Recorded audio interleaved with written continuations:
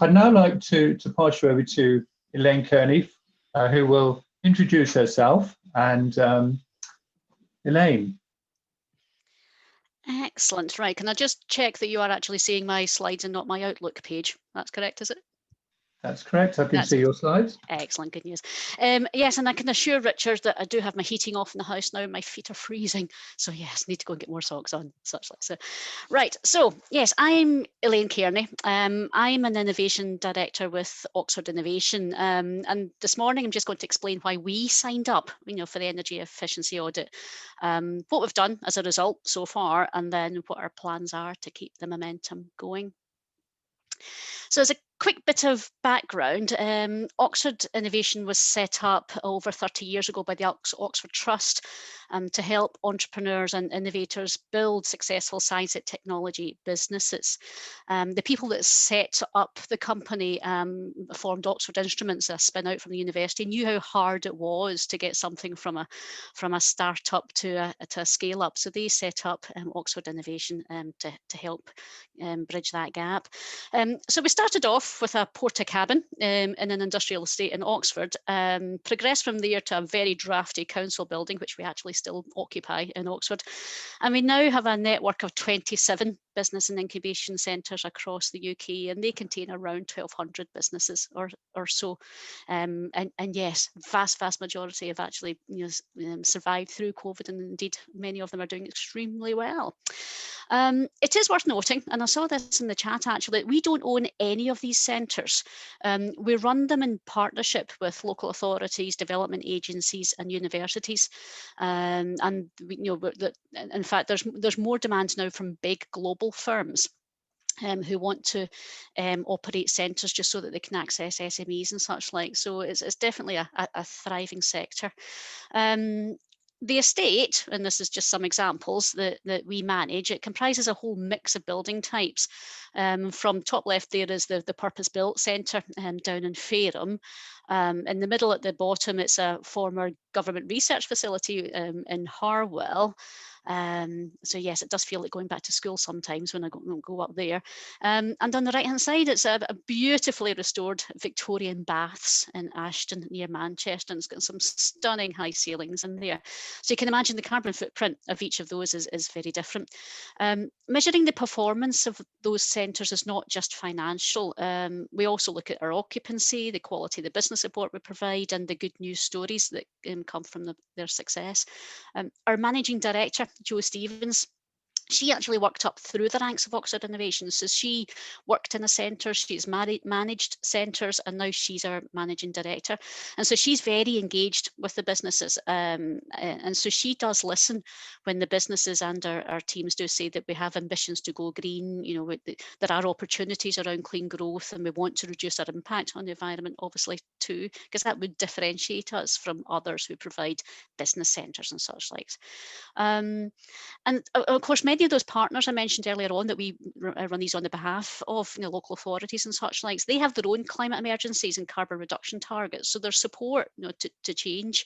But of course, like most others right now, our business has been affected by COVID. We're having to to watch the bank balance and such like. So it's really, really important to be able to make the economic case for change as well. So I can't quite think back, because it was probably over a year when Richard and Matthew got in touch with us about the energy efficiency audit. But we signed up our base innovation centre in Borden for an audit, just to get us started on understanding the performance of that one centre, the one that I'm typically based at, just so we could find out where there would be opportunities to reduce carbon, how we could benefit financially too, of course. On the top left, base Borden is a former army officers' mess built around 1907, and after the army withdrew from it, no longer needed it, it was restored in 2017. So it's still fairly new. It's got a beautiful aesthetic of nice high ceilings, nice thick walls, original fireplaces and staircases. But obviously, when the restoration's fairly recent, so it does have modern glazing, lighting, and some smart control. And we do have 2 electric vehicle charging points outside as well. So it's interestingly, there wasn't a lot for the GEP boys to really look at, so there was a challenge for them. Yes, we can put in solar. at a cost, but with those roofs it's maybe not so easy. And we could improve the lagging, but we do have a lot of modern heat and power equipment in the building already, and the cost is looking a bit prohibitive given what's going on with COVID and such like. So what on earth could we do? So now, as it turns out, having signed up for the audit, I was also then contacted by Clean Growth UK themselves and invited to participate in their innovation training programme. This involved joining a few mornings, obviously online, with a small group of people, learning about low carbon technologies and how to work out the return on investment. And I have to say, I absolutely loved it. I really looked forward to each session. There was just so much to learn and really good engagement. Normally, I would be on the other side delivering the coaching and delivering training, to small businesses around innovation management and growth. But it was really, really nice to be on the receiving end for a change and learning about heating and control and cooling, intelligent controls, variable frequency drives, who knew, battery technologies, pumps and fans, and yes, I did have to remind myself of my O-level physics now and then in between times.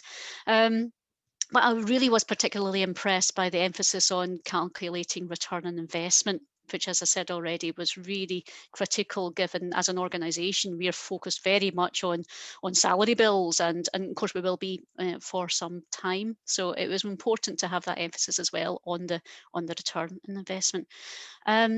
On the course as well, we did, as well as talking about technologies, we did spend time talking about how to inspire others to get involved, that whole behaviour change idea. So I was actually thinking, well, how about declaring a climate emergency in the centre as a means to creating an urgency and commitment for action? I'm looking into that, but I haven't told my managing director about that one yet, so maybe not tell her, so I can soften the blow a little bit.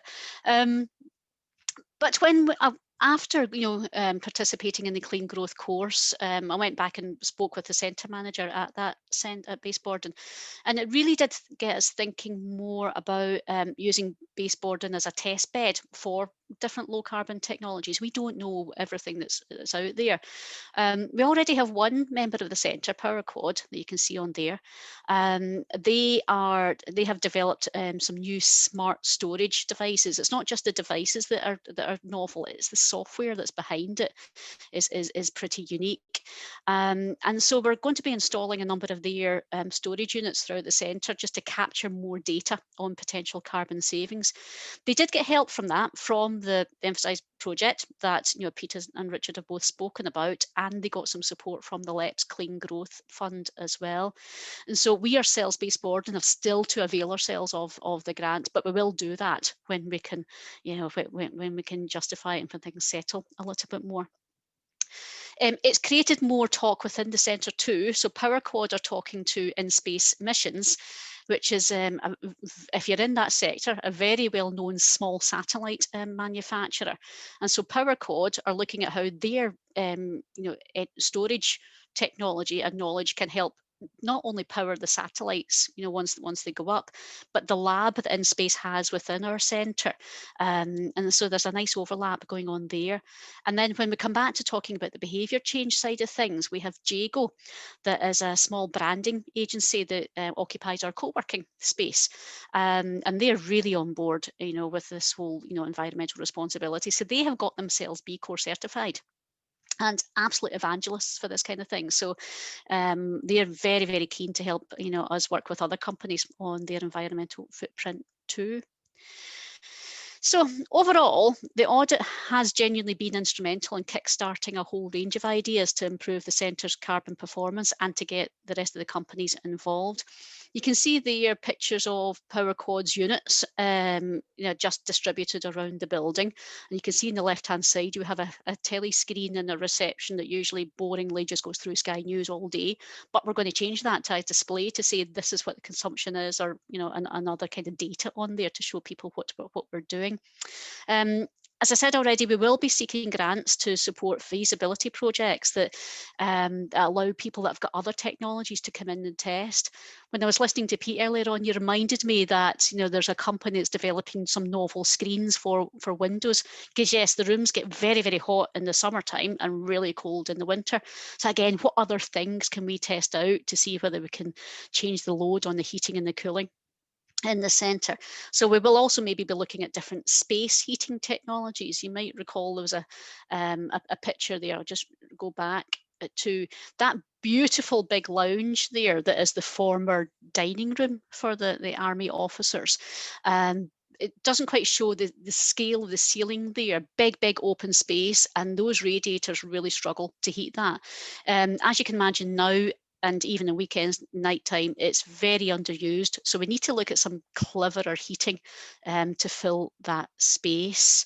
So that's another thing we're really interested in looking at as well.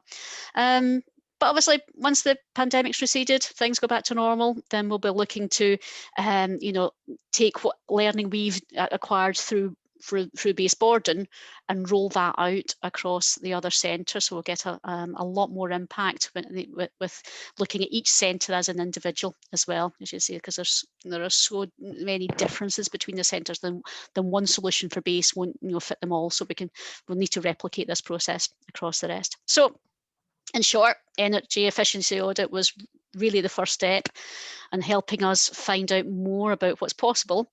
And hopefully before long, we'll begin to see some real big changes in our carbon footprint. And that's me. Elaine, thank you very much. Some great information, some great